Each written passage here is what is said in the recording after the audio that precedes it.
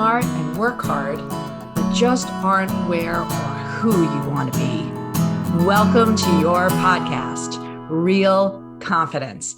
I'm your host, Alyssa DeVere, and I'll be sharing a bit of brain science, some surprising social secrets, and a touch of tough love. Why? Because I believe confidence is everyone's fundamental right and choice. So let's get to it. Think about any of your big accomplishments as a grown-up, as an adult.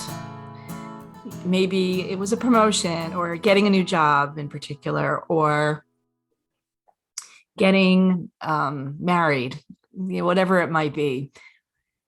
There's that kind of buildup of all the work that goes in. And then there's other kinds of accomplishments that are maybe part of the expectation in terms of what you do for a living, or maybe you're the coach of a team that wins. So you have these different moments in your life, these different milestones.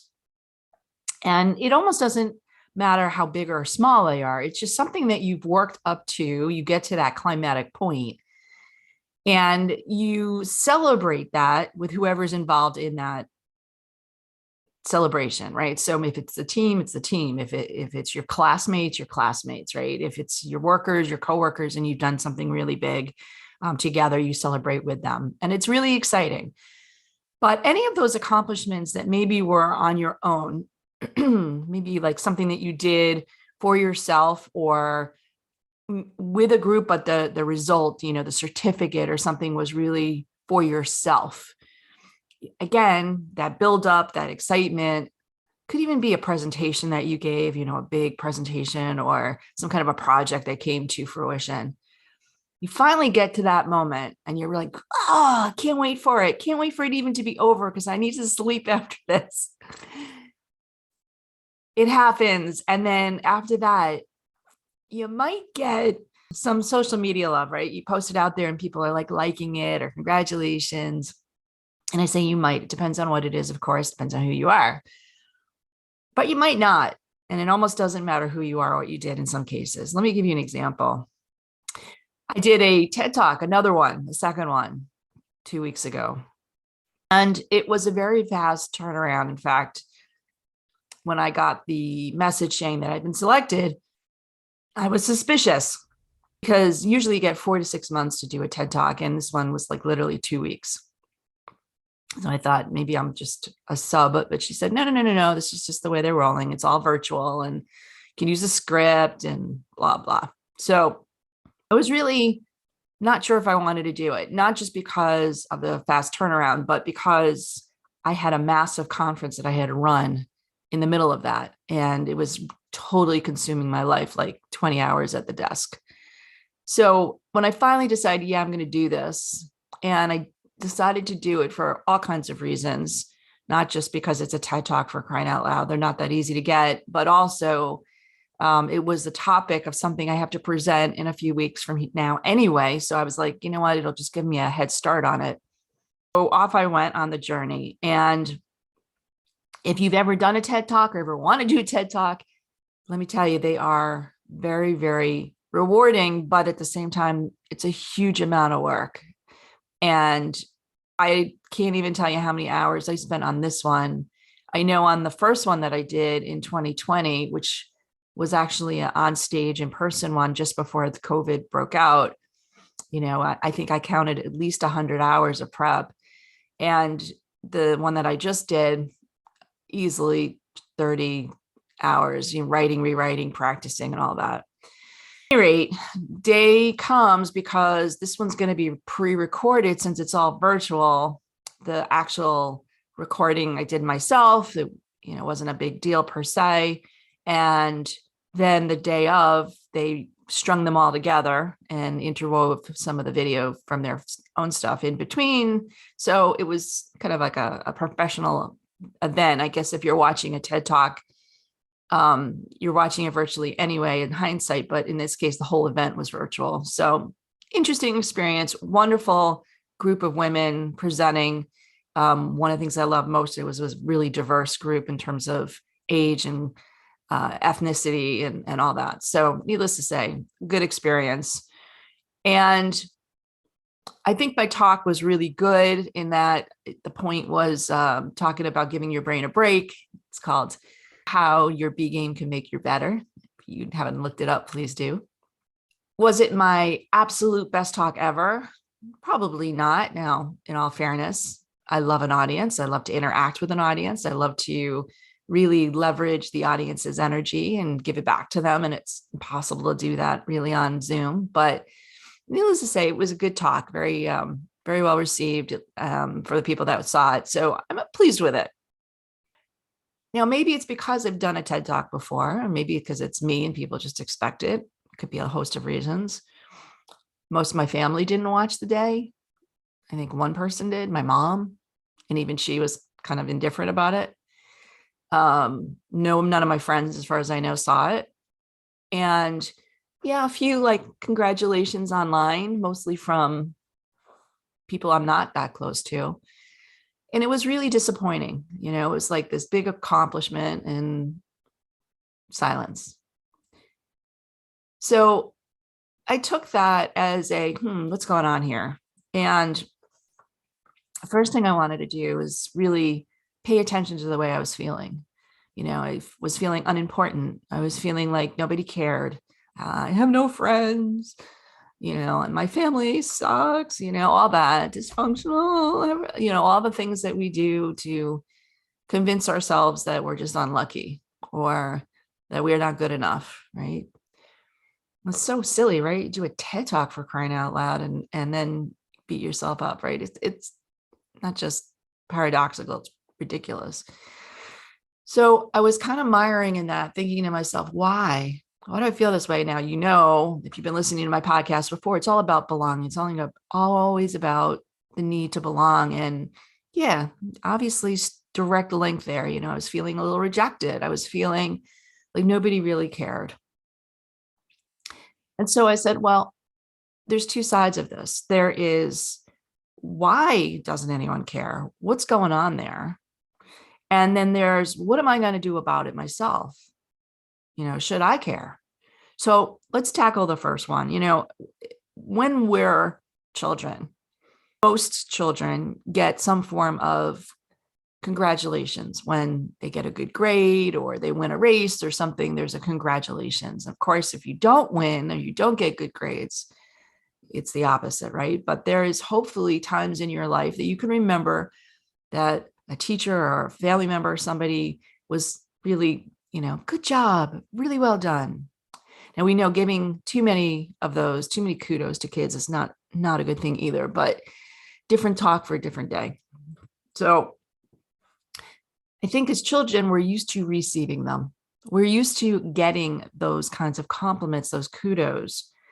But then we get to be grown-ups, adults, and even my 22-year-old son, you know, this self-absorption of survival, right? We got to take in all the data and information and try and be present and not get in a car accident and yet be involved in the world, right? Whatever that means, your work, your school, your friend circle, your mating, you know, looking for a mate, whatever it might be. You're very consumed with all this activity.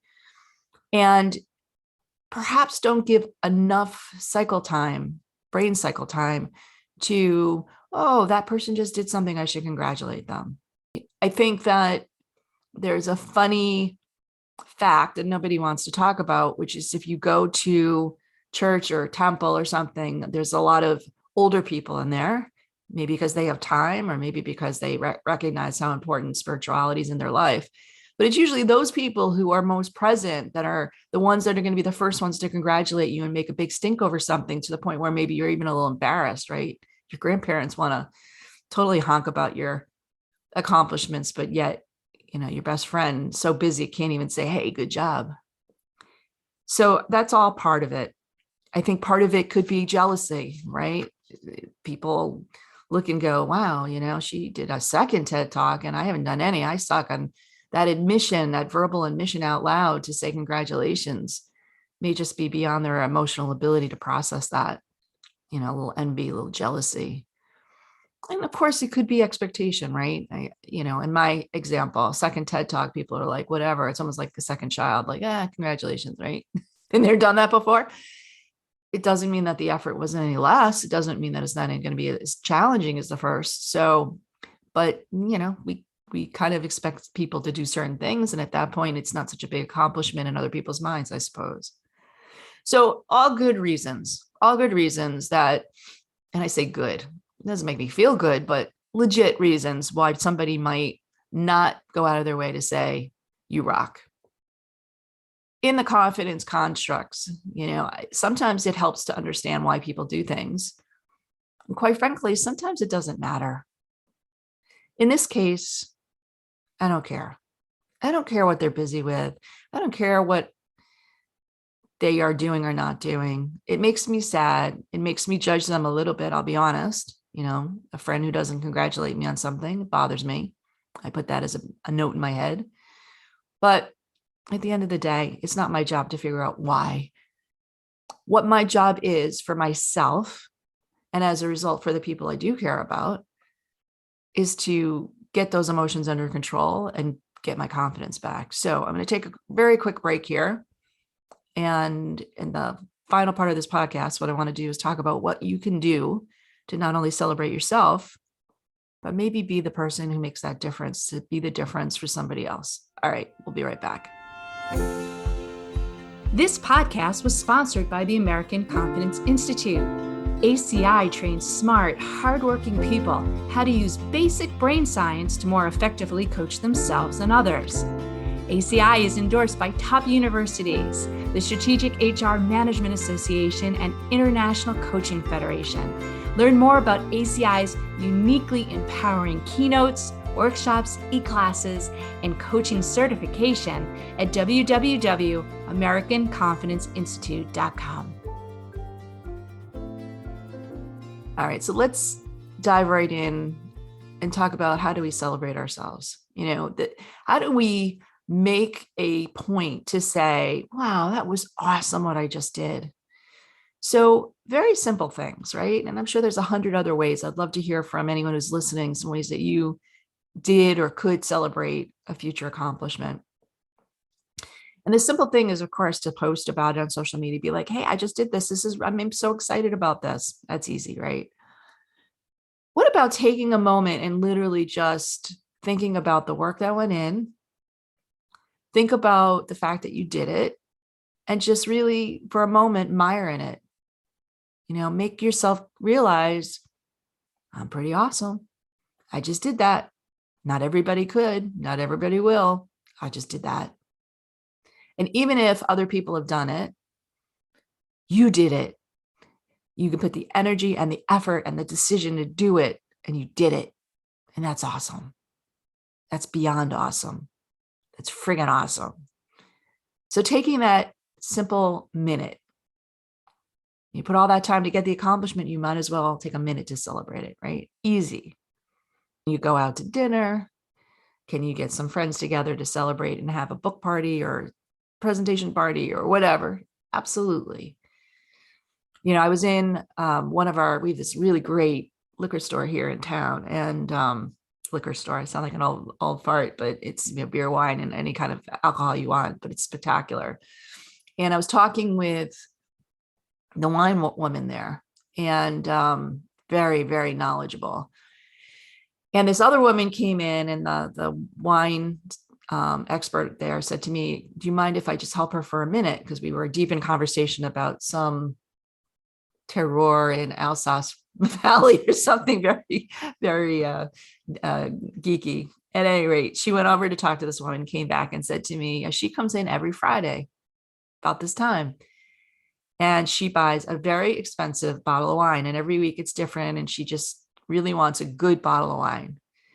And she says she's a nurse, and every week, during COVID still, of course, she comes in to celebrate the fact that she did a very hard job, that she made it through another week, and she didn't lose her cool, and she did her best job, and she's celebrating herself with that bottle of wine. And I thought, Sister, rock on, I got to know this woman. So yeah, it can be something tangible like that. Is there something that you can reward yourself that you just mark that moment? Maybe it's a piece of jewelry, or maybe it's an ice cream cone, whatever. Doesn't even have to be edible for that matter. Jewelry always works for me, just saying. But maybe it's just going for a walk with a friend and taking that time that you haven't had because of that accomplishment. Maybe it's taking an hour and lying on the couch and watching some stupid movie that just fills your head and makes you giggle. But doing something with that intention to celebrate the accomplishment, that's important. It's important. I'm not saying that nobody else will be there. And it doesn't even mean if they're not visibly there that they're not excited for you, but it's sometimes people just don't go that extra second to say, hey, congratulations.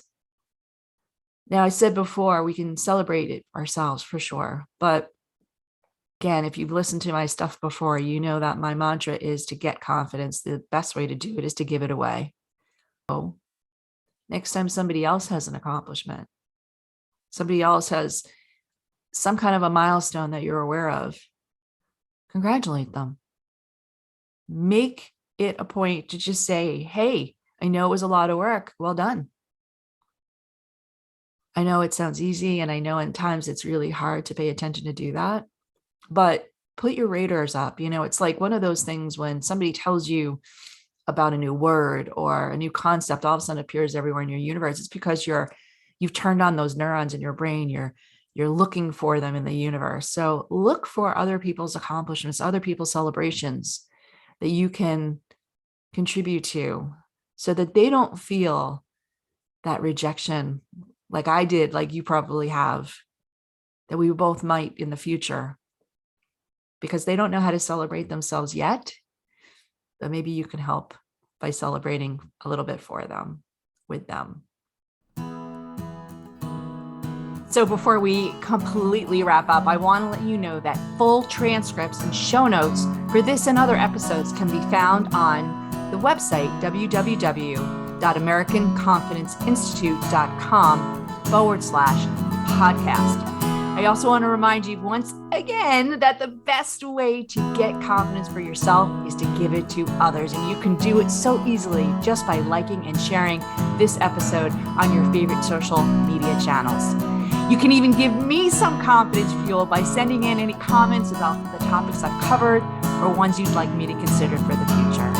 So for now, this is Alyssa DeVere. Thank you for helping to bring more confidence to the world. This podcast was produced by Mindful Media. All rights reserved by Alyssa DeVere and the American Confidence Institute. Music written and performed by Jeff Weinstein.